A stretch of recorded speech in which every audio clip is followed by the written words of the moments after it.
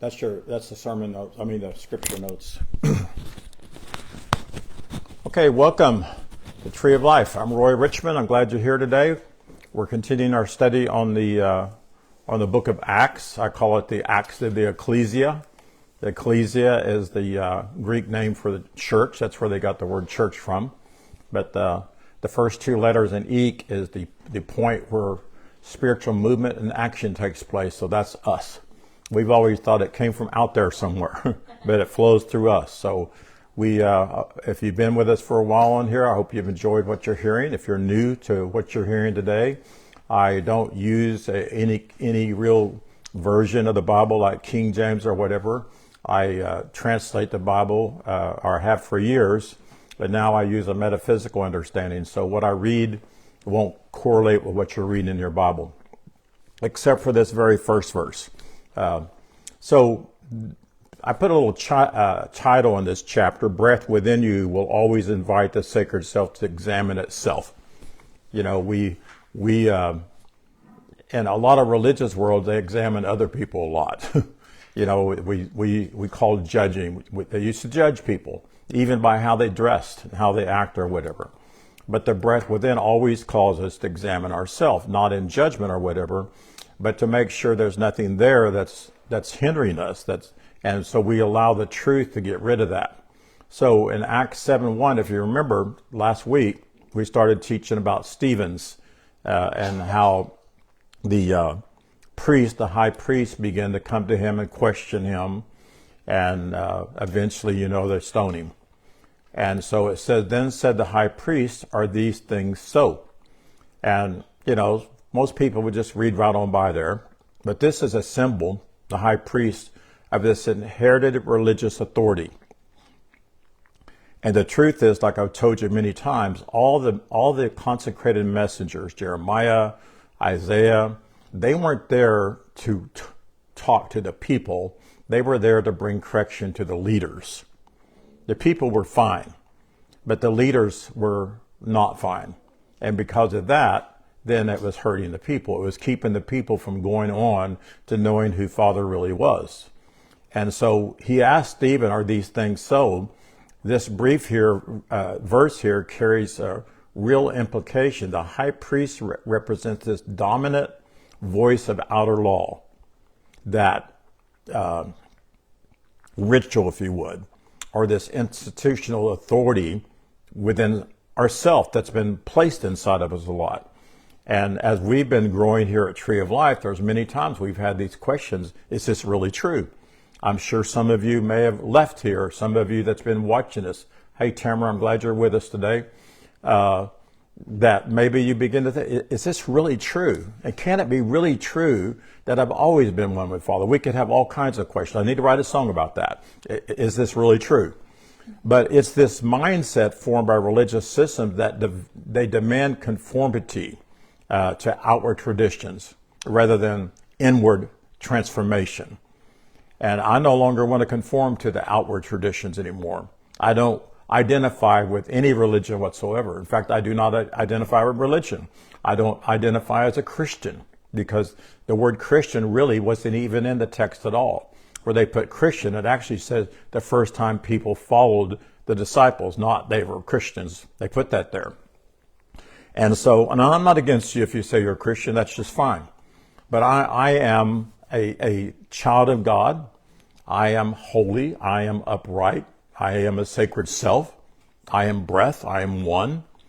And so the high priest questions Stephen, who pictures this crowned awareness, if you would, that Stephen had a great understanding, one whose consciousness has been awakened to the divine exists, and he's radiating with the Logos words. So, because as you see, when we start reading these verses, he's beginning to remind them about the history of Israel and explaining it to them. So this counter is not merely about legal charges. It's an inward conversation between two parts of the sacred self. One part, the high priest, still clinging to tradition, still clinging to appearances, still wanting to fit in, if you would. And then Stephen, the other, is radiating breath and boldness amidst this confrontation. So the question is, are these things are so? Is this inner voice tradition confronting the raising of the breath within? The question is not curiosity, but it's really accusing. It becomes an opportunity for Stephen, which represents awakened awareness or spiritual awareness, to retell the sacred history, reinterpreting all of that in the light of divine understanding. So in each of us, there's this point where breath must address our high priest inside of us, inherited inner voices that resist transformation. But breath does not argue, it reveals. Stephen will soon respond, not with defense, but with revelation. And that's what we're doing. That's what we want to do. What does revelation mean? It means disclosing. It means unfolding. It means taking the cover off, if you would. And so for many, many years here at Tree of Life, that's what we've been doing. We've been taking the religious cover off of the Word. I have some people that don't understand why I still teach from the Bible. You know, I've been doing that all my life. And I want people to understand, because there are a lot of people that are deeply steeped into the Bible. They've been taught the Bible, and the literal Word of God has controlled their lives for a long, long time. So I want my friends, my brethren, people that follow what we teach, to be made free from all that. So Acts 7:1 is not simply the beginning of Stephen's response. It is this moment when awakened awareness is given the platform to reinterpret history through the lens of breath. That high priest asked that question. Stephen is the one that holds the answer. And my goal for all of you, everybody that ever listens to me, RK, that is you hold the answer to all the questions people are going to ask you. And I believe when we feed, what we feed on during the week is usually preparing us for somebody in that week that's going to ask questions. That's why Brother Garner told me a long time ago, it's time to quit feeding for you, and it's time to start feeding for others. So that's what I do. I study, and I know very well I'm studying to feed others. I like to say, I'm Roy Richmond. I'm here for you. And so let's look at verse 2 through 3. Hi, Carol. Glad you're here.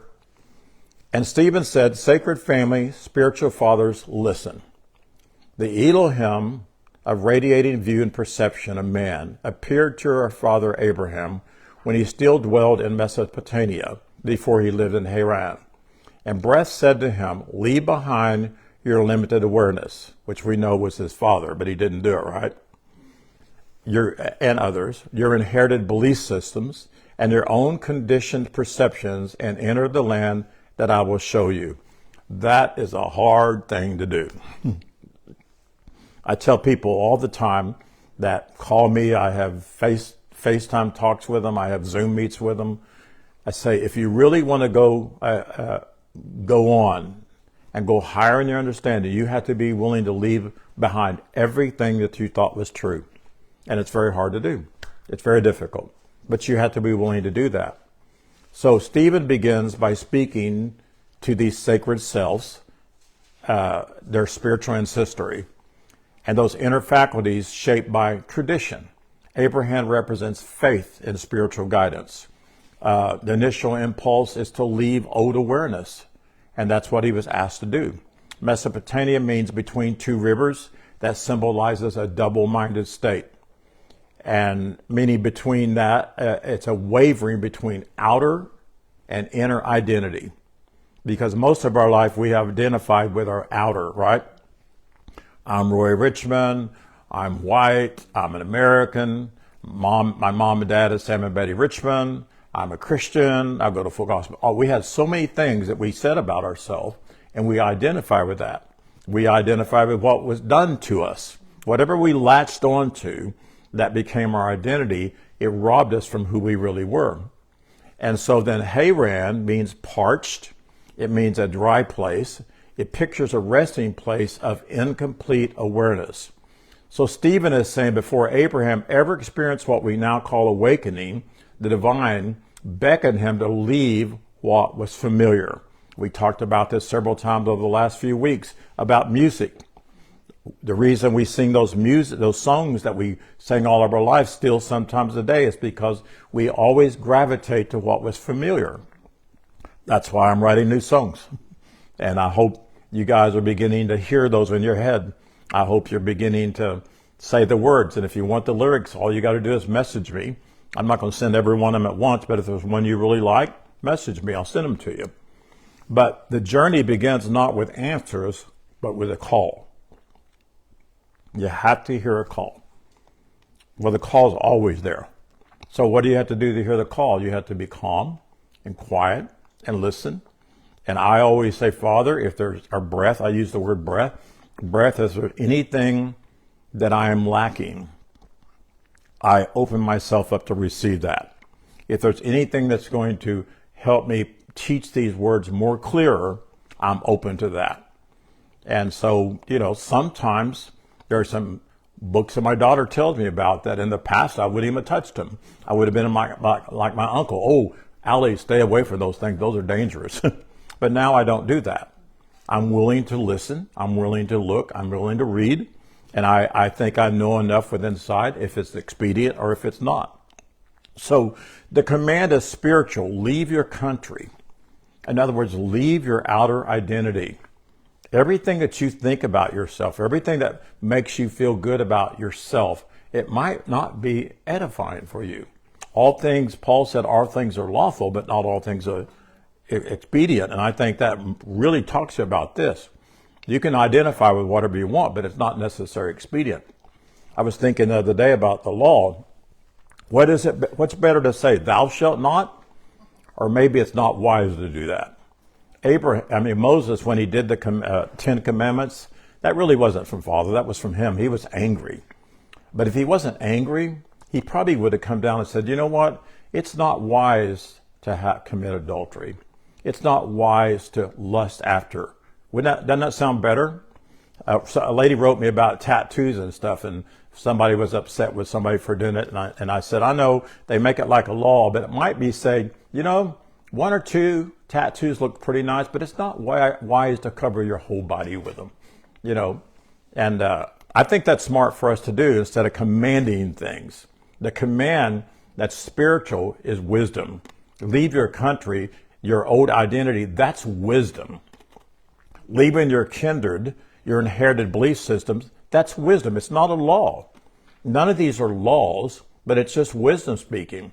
Leave your father's house, that's old patterns, that's old way of seeing, that's wisdoms.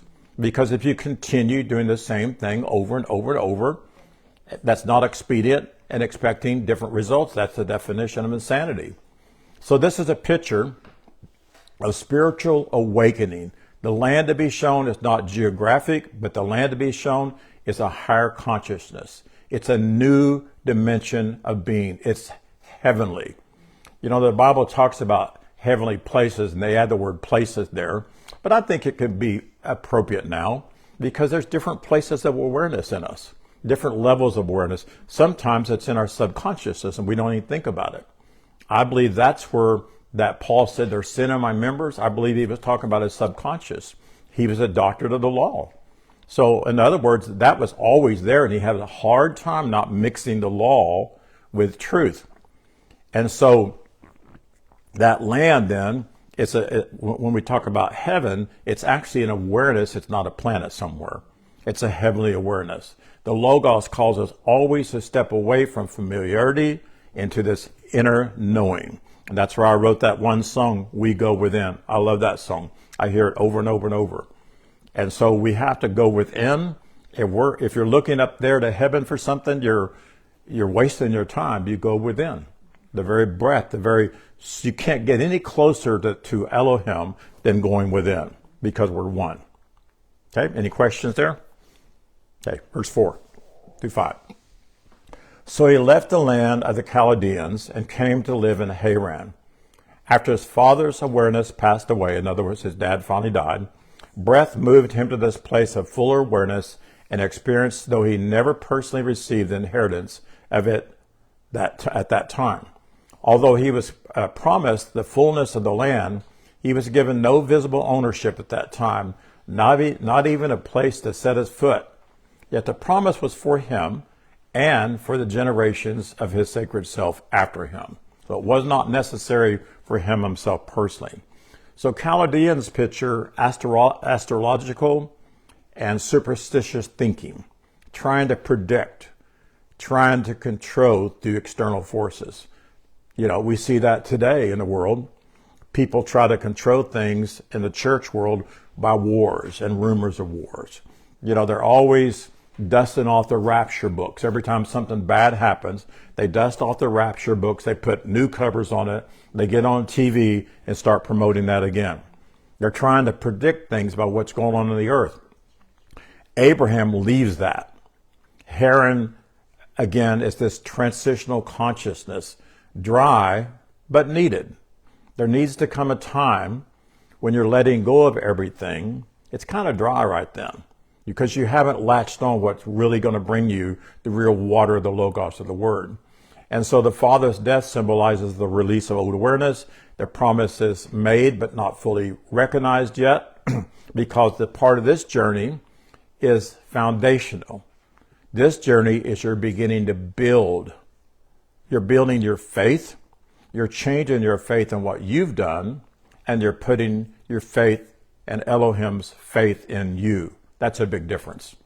I didn't so much, but my mom did. My mom put a lot of faith in my ministry and what I did. She got up one time and told the reason I'm blessed is because I do this and I do that and all that.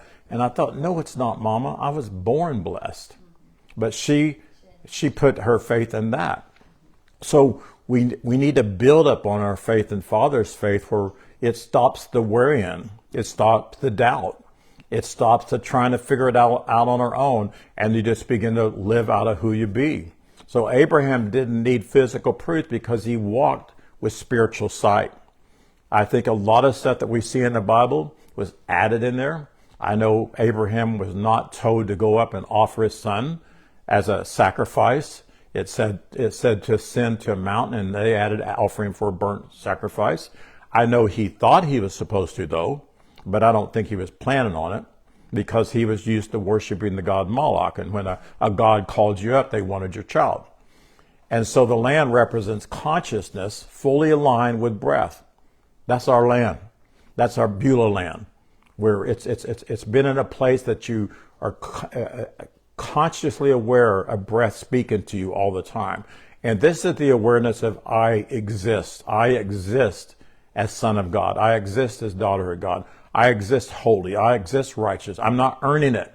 I did nothing to become it. Saying a sinner's prayer won't make you holy. You were already holy. I mean, they'll even tell you that because you're still a sinner. You're just a sinner saved by grace, right? So I am heir. You are heir to all that is divine, even when nothing outward confirms it. So, you don't have to have, you could have no money in the bank. You could have a little bitty house. You could have an old wore out car, but you're still divine and you're still holy. And what you have to do is get like Paul, whether I abase or whether I'm bound, I am content. Because these things, this home, what I have, it's not my source. It's not what brings me true happiness. What brings me true happiness is knowing who I am and giving out the Logos word to people that want that. Verse 6 through 8. Donna asked me not to go for 30 minutes today, so I'm going to go my full hour. Last week I went really fast. But like I said, Acts, there was only, 8 verses in that chapter or something like that. It was real small. So in Breath revealed that this awareness would go through a time of being strangers, dwelling in an inner land that would bind them for 400 cycles. And Breath said, though they will serve in limitation, I will call them forth from it, and they will be a holy breath in this sacred place. And Breath established a covenant of intimate promise with Abraham, marked by a sign. And so Isaac was born. Then Isaac gave birth to Jacob, and Jacob gave birth to the 12 faculties of spiritual awareness. That's the 12 disciples or the 12 tribes of Israel, whatever. They all have spiritual faculties. Love, patience, love, Now I can't even say them. All those faculties. Have you memorized those yet, Donna? The divine faculties. That's right. I know them, but I just not recall them right now. Yeah.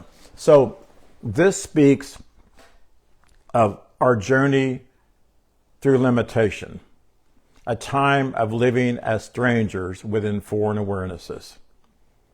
As I began to grow at one time from surface level to redemptive view, I felt like I was among people that were strangers because they didn't like that. They didn't agree with it. My preacher even preached against it. I had a guy on the internet that wanted to stone me for teaching the redemptive view. And so when you begin to awaken to more spiritual understanding, you're going to feel like you're among strangers, right? They don't understand it. I did a song about this, but they say you're speaking a foreign language. I had a lady tell me, several people, you're speaking a foreign language. Well, that's because they never heard of the love of God without a cause. They never heard the word breath. They never heard these things.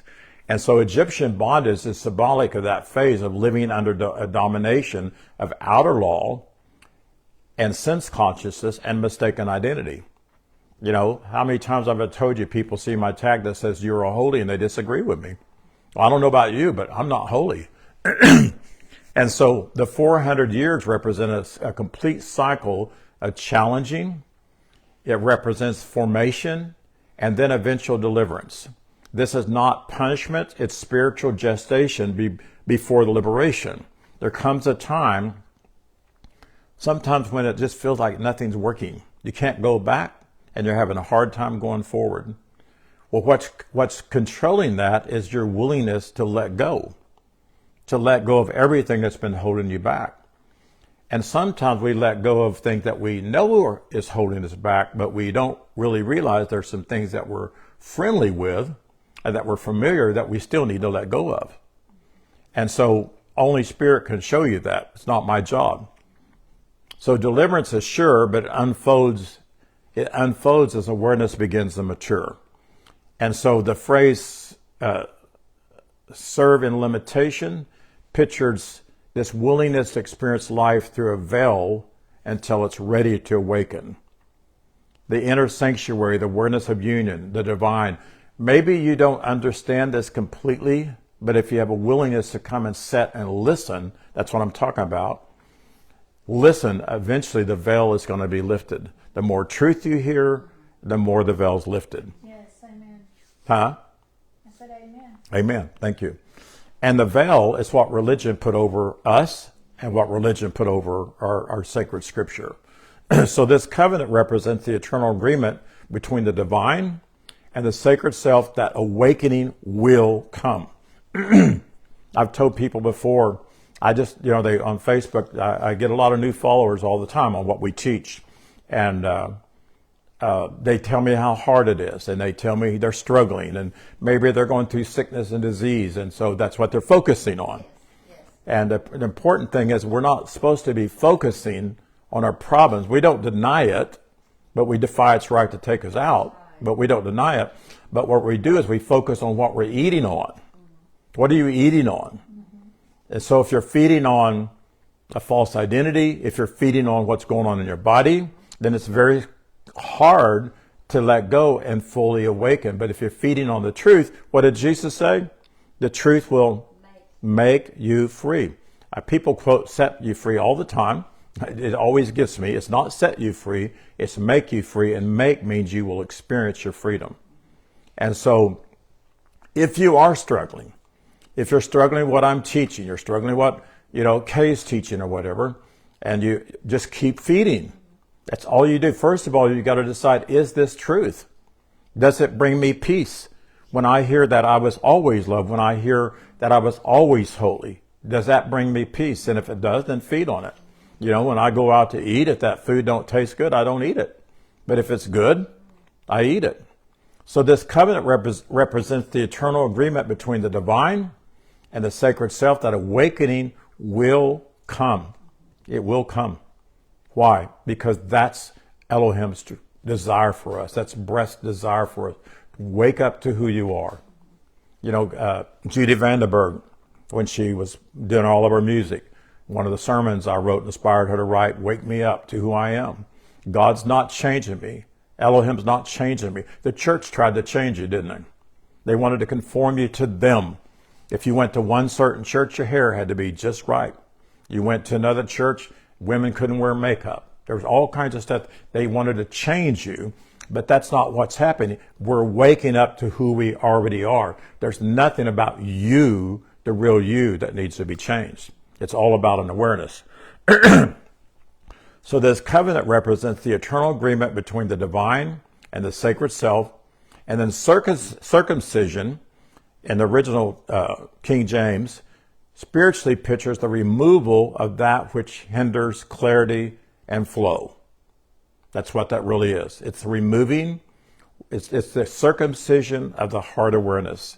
It's the circumcision of your subconsciousness. It's not physical, it's symbolic of a separation from carnal perception.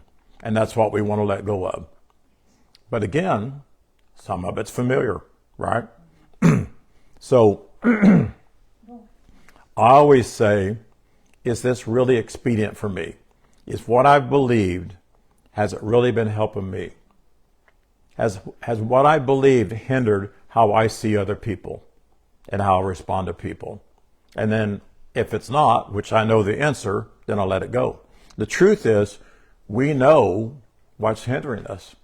One of my biggest problems that I went through was just memories of the past, memories of my family, memories of my growing up in church and things that happened like that. And I finally had to just say, I let it go. I released that, completely released that. And first of all, those people are dead and gone. That's not who they are at all. And so it's important for us to realize that. So here in Acts 7, 9 through 16, the rejected voice within becomes the savior of the whole awareness. There's been times that people reject this voice. They don't want to hear it. But there comes this time when they begin to listen, and really saved means safe. So when you begin to hear the truth, it saves your whole awareness. It wakes you up. So verse 9 through 11, and the 12 faculties of spiritual identity, not yet awakened, rejected the higher voice of the sacred self, that symbolized by Joseph, and sowed it into limitation. Now remember, this is Stephen recanting the history of Israel here. Yet divine presence never departed from him, and breath rescued Joseph from all trials and gave him spiritual wisdom and favor before Pharaoh, the ruler of the outer control, so that he was lifted in authority over that realm. Then a famine arose in all the land of Egypt and Canaan, a hunger and awareness not satisfied by sense perception, and the faculties of sacred self found no nourishment. So here Joseph represents the spiritually attuned part of ourself that dreams, that discerns, and sees beyond awareness. The patriarchs, they were destined to become spiritual faculties, are still operating by inherited or carnal awareness. We could put that into our life. The people that I grew up with that taught me different belief systems, they're still there. They're still operating. They're looking for love, if you would, in all the wrong places. And so they envy and then they reject that deeper voice. They sell it into Egypt, a symbol of bondage and sense awareness. But even there, the divine presence remains with the awakened awareness. So no matter what they try to do to us, no matter what something within inside of us tries to, divine presence is always there. It's always calling us up higher, right? The mountains were always a place to come up higher and hear something. So Joseph's journey through trial pictures this inner journey of the sacred self, being misunderstood, being limited, being tested, yet never separated from the source. Pharaoh symbolizes the controlling consciousness of the outer realm, and Joseph's elevation shows that spiritual voice, once honored, will govern over all carnal thought. You know, that's the story where Joseph was taken out of prison and he became a ruler over that area. So this famine is spiritual. There was a famine in all the land, but it's spiritual. Egypt and Canaan both picture this different states of awareness that experience emptiness and a lack when they disconnected from breath. The sacred self begins to recognize that nothing external can satisfy the hunger for truth. Nothing. No rules, no regulations, being faithful, praying at 1 o'clock in the morning, fasting, nothing can satisfy the hunger for spiritual truth. We always felt like we were hungry for something. We always felt like, I can't speak for you, but me and Donna, we got to the point where we were not satisfied. In our church that I went to for 38 years, I loved them. We talked about it the other day. We had so much fun. We fellowshiped. We practically lived with one another. We raised our children together. But as far as the word that came to us, it just didn't satisfy. We knew there had to be more. And so that's when we came out, and then we ended up in the redemptive view. But after that, around 2014, I began to think there's something more than this. And we began to realize that penal substitution was not Father's purpose. There was never a desire for Jesus to die because Father was angry with people. And so when you realize that, there is always something more. And guess what? There's something more than what we're learning now. It's an inexhaustible riches that Jesus tried to teach, and they wouldn't listen. So verse 12 through 15, but when Jacob, the transforming consciousness, heard there was a sustenance in Egypt, he sent forth inner factories to connect with it. In other words, all of his children, the 12 tribes of Israel. Each one of them represents a different faculties. And in their second encounter, the faculties recognized Joseph for who he was. And Pharaoh became aware of his divine origin. So Joseph sent word and summoned Jacob and all his inner household, 75 in all, to join him. So Jacob descended into Egypt, and there he and our inner ancestors transitioned out of their old awareness. So here we have Jacob, now moving from deception to transformation. He hears that something is stirring in an old place of bondage. He sends the faculties, his children, symbolizing thoughts or beliefs, to seek nourishment. And this is the inner call to return to the voice once rejected, now matured in spiritual authority. So the first encounter did not awaken them. Sometimes when you first begin to hear things, these truths, it doesn't necessarily awaken you.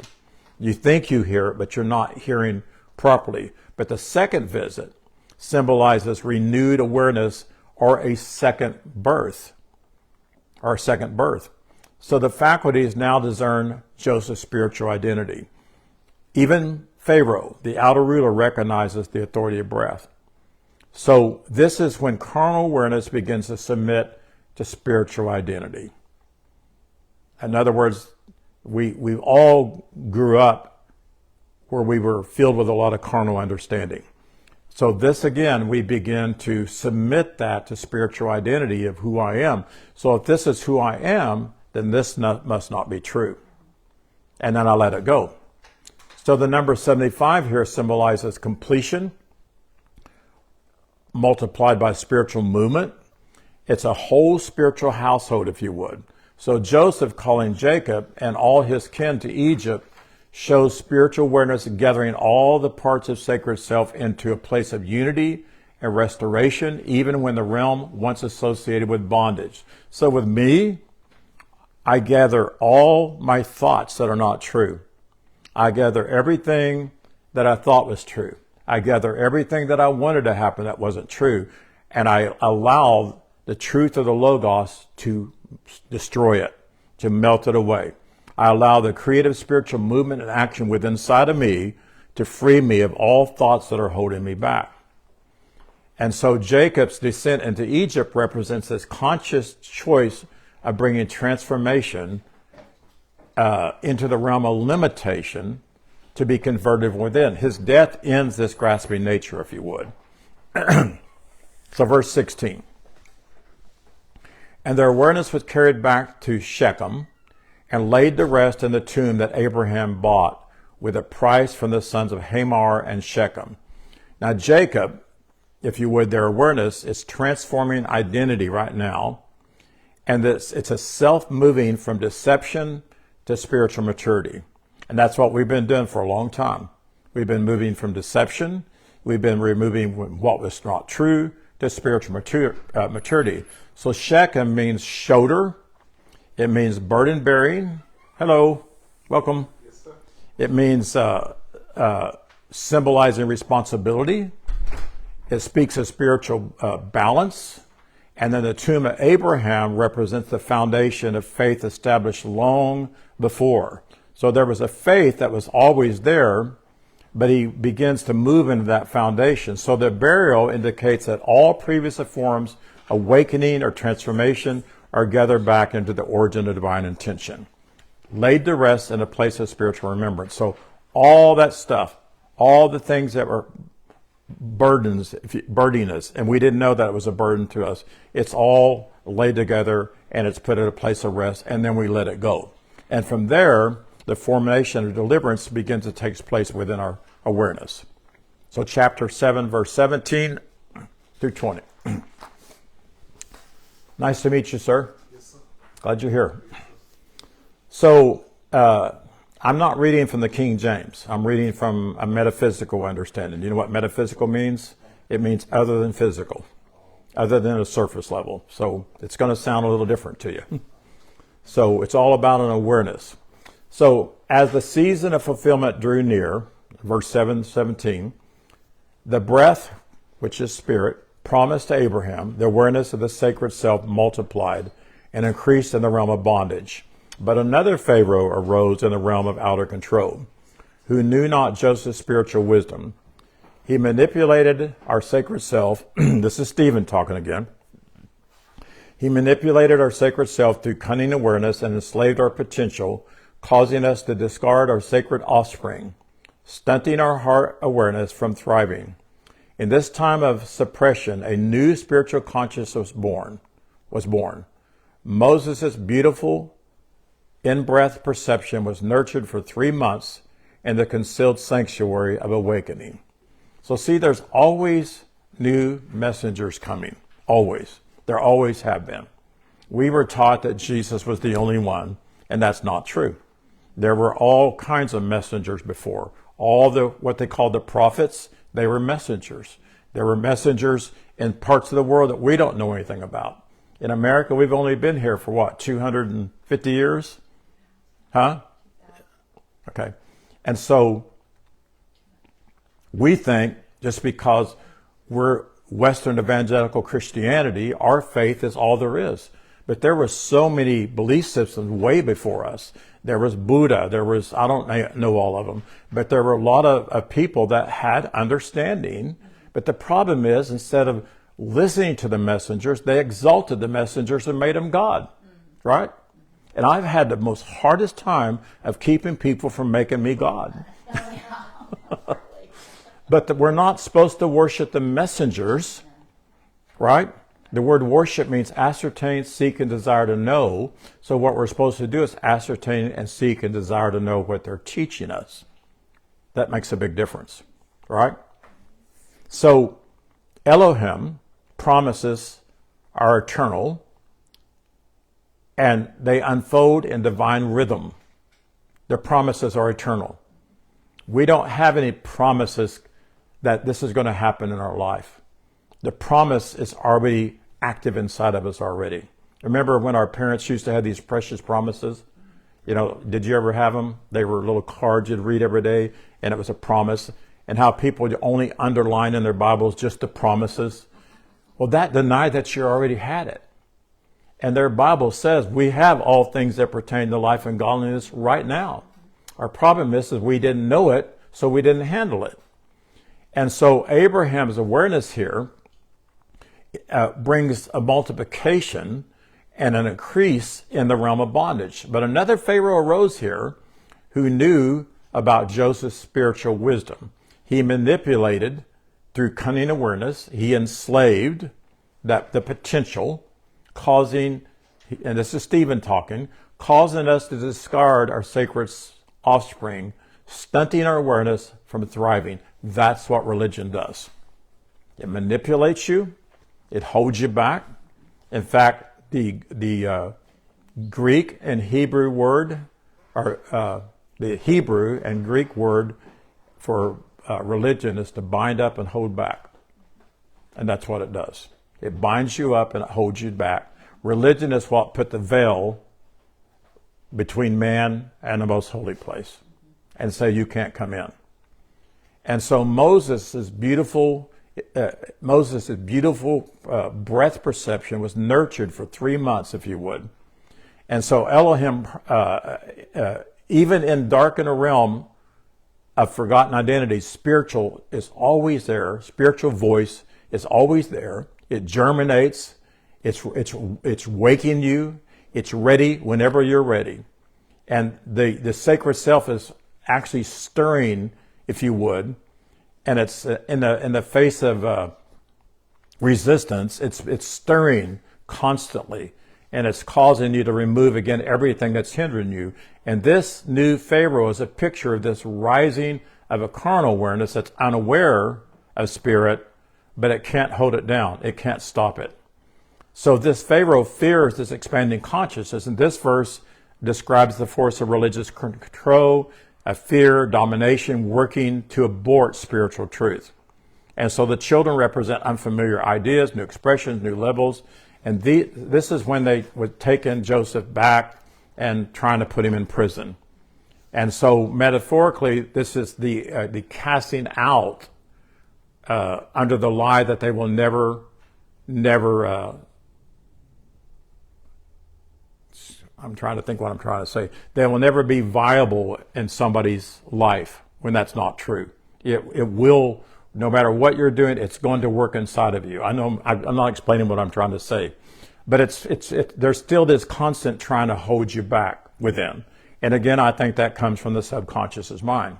And so Moses represents this calling of this deliverance to pull us out. The 3 months pictures this divine cord. It's an invisible incubation of breath that's growing and truth and life that's beginning to flow within inside of us. The deliverer is hidden, if you would, but it's ready to come out. It's ready to be consecrated. And what does it take to consecrate somebody? You got to see something, right? You got to hear something. So chapter 7, verse 21, it says, when the consciousness was exposed to outer forces, it was drawn into Pharaoh's house. Raised in that system, yet remained untouched inwardly. Moses became mighty in the words of wisdom and the deeds of power according to the systems of Egypt. When his awareness had matured to the age of 40, which is a cycle of full equipping, he turned his heart toward his breath, the children of spiritual promise. Seeing one being promised, he intervened with his own strength and struck down the opposer. In other words, this is the story where he killed somebody. Remember? He got ahead of himself. He assumed the sacred self. The people would recognize the movement and deliverance within him, but they had not received it. So, in other words, they got angry with him themselves. So Moses being raised in Pharaoh's house symbolizes breath operating within a carnal system, yet not of it. So in other words, we can try to go to people. This is how it happened with me. When I began to understand, so I began to go to my brethren that I thought would receive what I was teaching, and I began to teach it, and I began to get rejected. Remember that? In 1996, you know where I was at. And I went there, and I would teach, and I would begin to tell them that the words are translated wrong. I'd begin to tell them that the word devil means traduce or hinder. Well, I thought that they were going to like it, but guess what? They didn't. In fact, one time, a preacher got up and said, this does not represent the beliefs of this church. It devastated me. That's the same thing here. I was trying, like Moses, I was trying to kill what I thought was hindering the people. And because of that, I suffered great rejection and ended up having to leave for a while. So that's the same picture here. This stage shows that spiritual awareness may initially be expressed through outer forms, but it will lead to deeper reality. It will eventually. But I got ahead of myself. Moses got ahead of himself. Now, there are many of those people that are awakened. They've been hearing a little bit here, a little bit there, listening to Kay, and they begin to say, you know what? I rejected it, but now I understand. but I jumped ahead. So mighty in words and deeds reflect that Moses was fully equipped, though not yet fully awakened to his purpose, what his purpose was. My purpose in life has been to sit right in there, study the word, translate the scripture, and put it out for all who are ready, not go to people who are not ready. I remember years ago when I didn't know tiddly squat, but I discovered there was no such thing as a rapture. And I called my friend Ricky Reeser, that I went to high school with, and I would begin to tell him, and he was a dyed-in-the-wool rapture believer, and I lost my friendship with him. And there was other times that I went ignorantly and told people things, and I lost my friendship with them. So that's jumping ahead of yourself. We're not always called to go correct. We're called to lay it out for whoever wants it.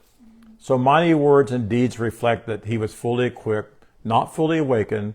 Moses never found inner satisfaction in Egypt's beliefs or customs, nor did we ever find it in religious upbringing.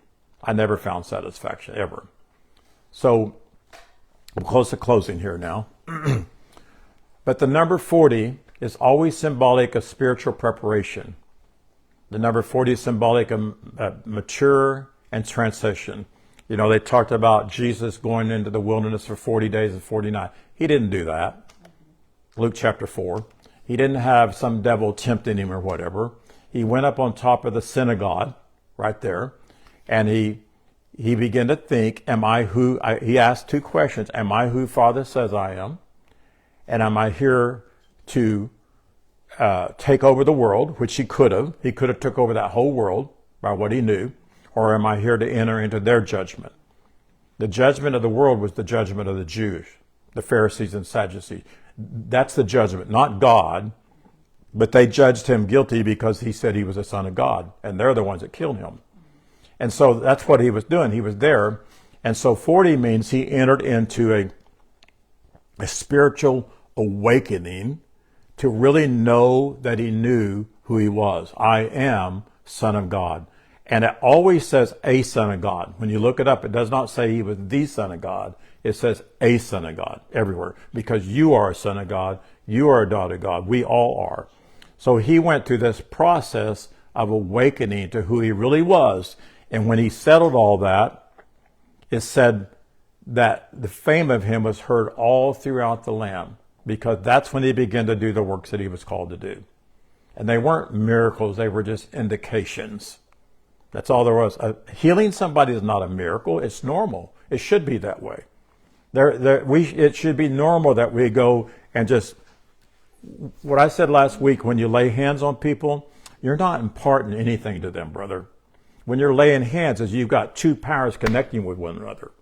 There's a power within and a power within you, and you connect and you quicken that. So when people are sick and they need healing in their bodies, they have divine health already, right? So that's the two connecting together and quickening that. And that's why I'm believing that I want to be to that place. I know I can, but I want to know that I can. If two agree together, how powerful can that be? And so if you agree with me that you have divine health within inside of you and you're lacking, like I am in some areas of my body, then I believe when we connect, when there's a connection here, I believe that it quickens what's taking place inside of us. Yes. And I believe we're getting there. Yes. And I believe people have tapped into that many times and didn't know what they were doing. But that's what it is. It's not an impartation. There's nobody that has the power to heal me. Nobody. But there's people, I'm talking about that they're healers. But we're all had the ability, if we would just believe it, to connect with one another and quicken, make alive what's laying dormant inside of us. Yes. That makes sense? And that's where we need to get to. So many consecrated messengers have experienced this knowing truth before others can receive it. And that's it's hard. It's sad when you know something, but your friends won't receive it. And sadly, most of my friends won't receive it because they're too familiar with me. I'm just Roy Richmond. You know, like my pastor told me years ago, I've never seen you as a pastor. When I was associate pastor, you just need to go ahead and go back to whatever you were doing before. And fortunately, I said, you're not the one that called me. Father did. It doesn't matter what you see. But it is hard. But the truth is, people are hungry all over the world. And maybe I'm not for them. Maybe there will be a time when somebody else is for them. It's hard to receive from somebody you know personally, right? I have a very dear sister that I love very much that I went to church with. But she told me one day, she said, I love some of the stuff you see, but I just can't take everything that you're teaching. And I said, that's okay. No problem whatsoever. All right, closing. Acts 7, 26 through 29. The next day, Stephen's talking to you again. The next day, he saw two parts of awareness driving together. People fighting. He attempted to reconcile them, saying, you are companions in the sacred self. Why do you contend? But the awareness, still bound to separation, rejected him and said, who made you ruler or judge over us? So that's Moses talking to the people here. Will you destroy me as you did the oppressor yesterday? And Moses fled into the wilderness of Midian, where he sojourned and birthed two expressions of spiritual balance. So, it says he went out into the desert. He got married, had 2 kids or whatever. But this moment reflects the desire to bring harmony within, to reconcile conflict between dual perceptions. I have that desire, and I know you do. I want to recognize this, to reconcile this harmony, because there's so many people who have dual perceptions. They're looking for love in all the wrong places. Moses acts as a mediator, if you would. He's urging peace between these opposing aspects of consciousness. He's beginning to function as a healer of division. A healer of division. Our world needs that. Our world is so divided. We need healers of division. The sacred self is living in carnality, often rejects higher voices asking, who are you? You don't know who you are. I wrote a song on Who Am I? If you hadn't heard it, listen to it. Did you know I'm doing music now? It's a miracle. I didn't know I could do it. The breath said you could do it, so I'm doing it. So the voice of resistance demands credentials from the old system. But the spiritual call does not require permission. It arises from divine ordination, not man's approval. It doesn't matter how people see me. I know who I am. I know I'm approved of. In fact, everybody is approved of Father. And so the question reflects fear of change and mistrust. And so it also reveals that the deliverer's earlier actions through well-meaning was rooted in control, not spirit. It was trying to control the situation. And I've said this to a lot of people. Just because you have received a call to do something doesn't mean you just go out and start doing it. Right? I've had so many people say, well, God told me this. And next thing you know, they're making plans. Well, you know what? When Father spoke to me and told me he was going to make me like a Jeremiah, that was in 1988. That took a long time to get to be like a Jeremiah. What I mean by that, Jeremiah was told to pluck up, pull out, and destroy what was hindering people. It took me from 1988 to 2014. But if I would have jumped up and started trying to make my own ministry right then, I wouldn't be where I'm at today. And that's the problem. Too many people have tried to, just because they hear a call in their life, they think it's right now. I have a good friend that used to come to our fellowship that was always loved, is it Okinawa? Or the Philippines. He always loved the Philippines, always wanted to go there and minister there and everything. He loved the Philippine people. And so one day we had a guy at our church, back when I believed in words of knowledge, prophecies all the time. I believe in words of knowledge, but I think they should be private, not a circus. And I don't know where the guy got it from, but he told me God was telling him that he's going to send you out into the world. Well, he took that he was supposed to go to the Philippines. So he immediately sold his home, sold all of his property. I think he said you had to send $50,000 over there to prove you can take care of yourself. And literally it just fell. He ended up coming back with a young lady and 2 children that he married. No ministry whatsoever, because he jumped the gun. And so I saw that, And that really woke me up to begin to help people when they heard something. That doesn't mean you're supposed to do it now. If somebody speaks a word over you, the best thing you can do is say thank you and be calm and quiet and enter into a quiet place, and that's it. Let breath open the door. And if it's not breath, it won't happen. Right? And I also believe if they speak a word on you, it's confirming what you already know or your desire. If it's not, then it's not for you. I've had many words spoken over me that were not for me. They never happened whatsoever. So the question reflects fear of change. The question here reflects mistrust of inner transformation. Not trusting that I really need to let go of things. Not trusting that there still can be something inside of me that's holding me back. So this, sometimes it stirs up suspicion instead of unity. And so Moses flees to Midian, which metaphysically represents a place of inner stillness, which is what I'm talking about, reflection, and a cleansing of awareness. That's what I went through from 1988 all the way to 2014, a cleansing of awareness. I went from the outer court, which includes people who are just saved. We could say Baptist, Lutheran, Methodist, things like that. And also, a little bit further into the outer court is the redemptive view. You ever heard me say this? It's out there in the outer court. And it took me going through all that before I could get to the most holy place, which is one. It's not two. They put a curtain between it. The whole thing was the most holy place. And so it took a lot of stillness. It took a lot of reflection. It took a lot of letting go. It took a lot of cleaning awareness. It's this wilderness between former training and spiritual rebirth. And again, wilderness literally means a place of getting alone. That's what it means. When Jesus went to a wilderness, and he just went to the synagogue to get alone. Paul, it says he went to the wilderness for 3.5 years, or the desert. Literally, it doesn't necessarily mean he went to a desert, but he went to a place of being alone. He left the Pharisees and the Sadducees and all that religious system, and he got up. And sometimes you get a little lonely, right? You begin to wish, I wish I was in church again. I wish I was teaching a bunch of people, and I miss the music, and I miss all that. And I do. I miss the music.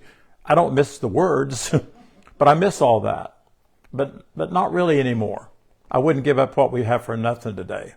So what happens, his wife gives birth to 2 sons, representing duality, our duality reconciled of spiritual strength and joined with peace. This is where breath fully prepares the deliverer. This is the place where he's been prepared.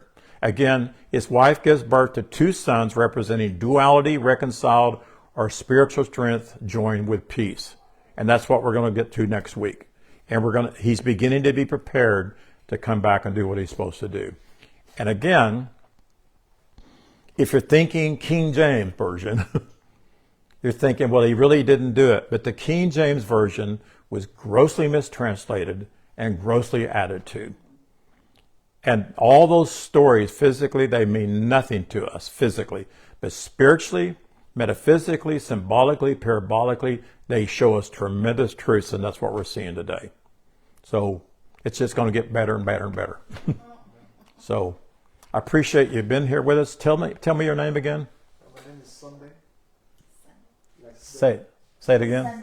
Sunday. Sunday. Okay, you told me Sunday. Okay, Sunday. So, and you're from Korea. No, from Nigeria. Nigeria. Okay, I thought you said Korea. Okay, Nigeria. Well, thanks for being with us. Everybody on Facebook, thank you for being with us. I appreciate it. If you like what you hear, that you will share this with your world. And I thank you for sharing all the music. It's just amazing. I never dreamed in my life that we would be doing this. I got a report a week ago that we've had over 30,000 listens to those songs. And that just blows my mind. And several of them right now, just last week alone, had 1,000 listens. So people really need to hear these kind of truths. The old songs aren't doing it anymore. So we're going to have a lot more. I just Kay wrote one day before yesterday, and I just put it on her page. So I encourage you to listen to that. So bless you. If you have any titles that you think would be good for me to try to write a song on, let me know, and I'll see if I can do it. Bless you. Have a good day.